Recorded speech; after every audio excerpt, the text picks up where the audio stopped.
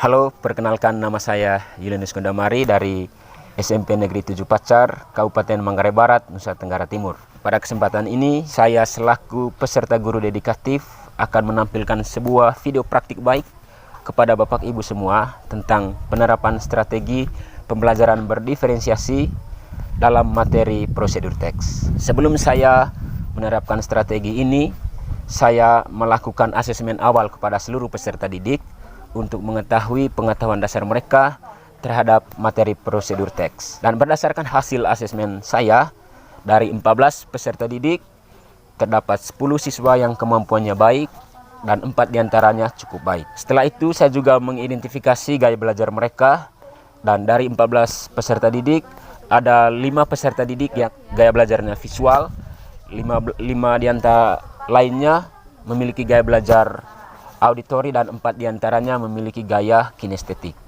Dan untuk menjawab semua kebutuhan belajar mereka, yang visual saya menggunakan handphone sebagai media bagi mereka untuk belajar, sedangkan yang auditori saya menjelaskan materi secara keseluruhan dengan baik, dan yang kinestetik selain saya mengajarkan materi, saya juga mempraktekkan langsung terkait dengan materi prosedur teks. Untuk itu, cek video selengkapnya berikut ini.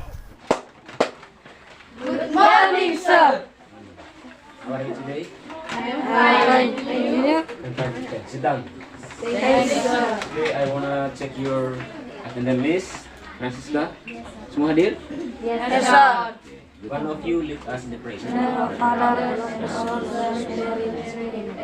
Baik, tujuan pembelajaran kita hari ini pertama, peserta didik mampu menentukan struktur teks prosedur. Jadi ada 3 tujuan pembelajaran yang kita harus capai pada pertemuan kali ini. Today we have a new topic to be discussed, but I wanna ask you, saya ingin bertanya kepada kamu dulu. Kamu pernah memasak sesuatu? Pernah. Masak apa kira-kira?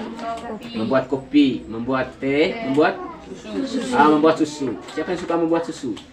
Suka semua, Pak. Semuanya sudah pernah ya? Yes. Baik, hari ini kita akan belajar tentang prosedur teks.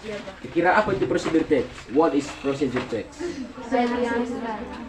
Sesuatu yang harus dilakukan. Berarti teks prosedur adalah teks yang menceritakan bagaimana sesuatu dilakukan. Here is the definition of prosedur text. It's a text to describe of how something is done through some sequence of steps. Jadi benar yang kamu bilang tadi bahwa teks prosedur itu teks yang menceritakan langkah-langkah dalam membuat sesuatu. Nah, yang berikut yang kita pelajari dari prosedur teks adalah yang namanya generic structure atau struktur teks. Generic structure dari prosedur teks yang pertama adalah aim or goal. Aim or goal. It gives information about what to make. Memberikan informasi tentang apa yang dibuat. Dan biasanya dia berada di sebuah judul, sebuah teks.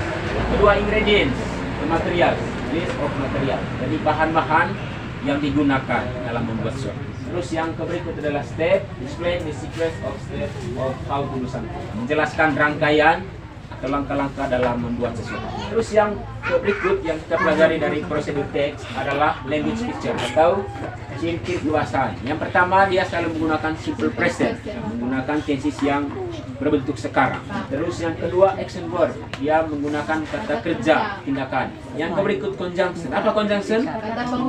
Kata penghubung. Lalu yang berikut dia menggunakan imperatif atau kalimat perintah.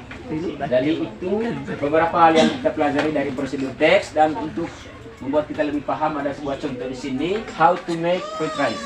Bagaimana cara membuat apa fried rice? Nasi goreng. Seperti yang saya jelaskan tadi bahwa yang pertama dari generic structure adalah aim. Dan biasanya berada di sebuah judul.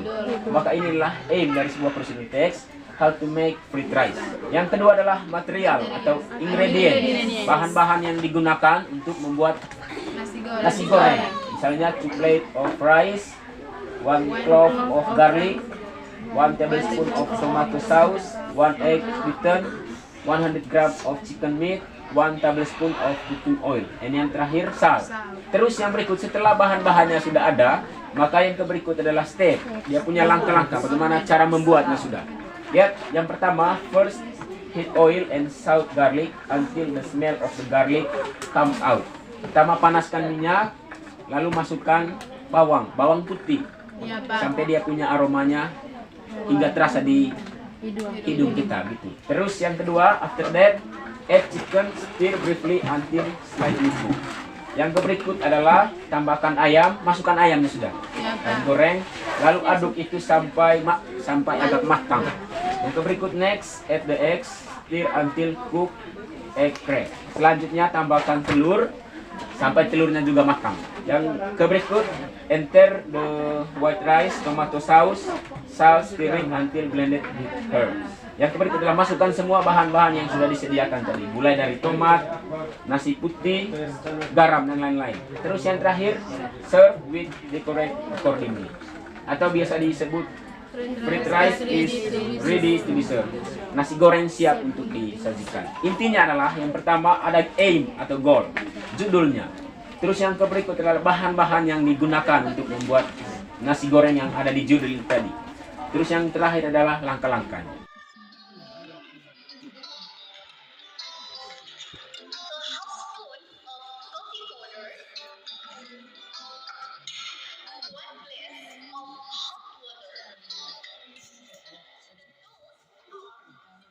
Give you an example of how to make a cup of coffee. Ingredients: spoon, glass, sugar, coffee, and also hot water. Step: first of all, 1 tablespoon of coffee, 1 tablespoon of sugar. After that, add hot water. Okay. After that, stir it well. After that, taste it. If the coffee is good, it's okay. After that, you can drink. But if you need the sugar, you can add sugar, or need coffee, you add the coffee. Finally, the coffee is ready to drink. Wow, amazing. Sampai di sini bisa paham? Selanjutnya saya kasihkan LKPD kepada kamu dan saya bagikan kamu ke dalam kelompok sesuai dengan gaya belajar kamu masing-masing.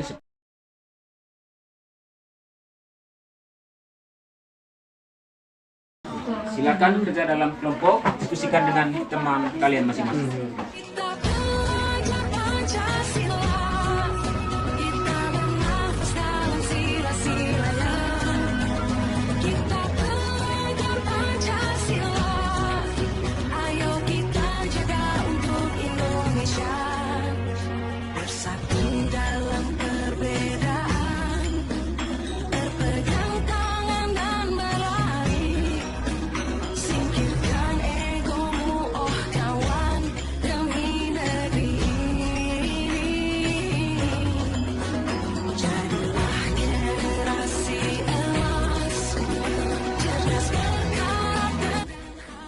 Goal: how to make a cup of tea.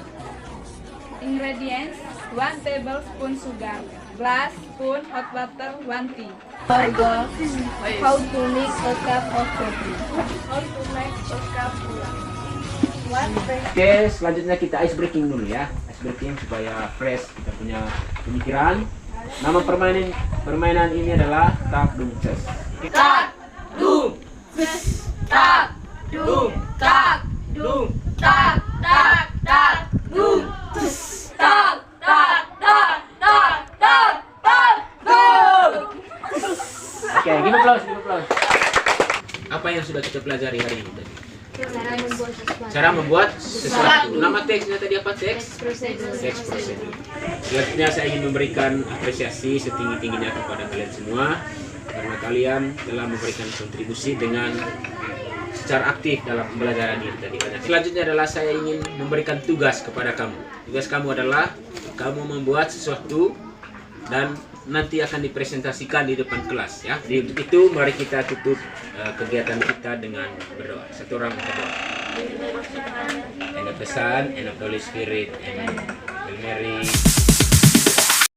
Taktik baik yang diterapkan oleh Pak Julianus yaitu pembelajaran berdiferensiasi sangat efektif karena semua kebutuhan belajar peserta didik terpenuhi. Saya sangat senang karena saya bisa mendengar penjelasan materi melalui HP. Saya memahami materi karena Pak Guru memperhatikan materi secara langsung. Saya paham materinya karena Pak Guru mengajar dengan baik dan jelas.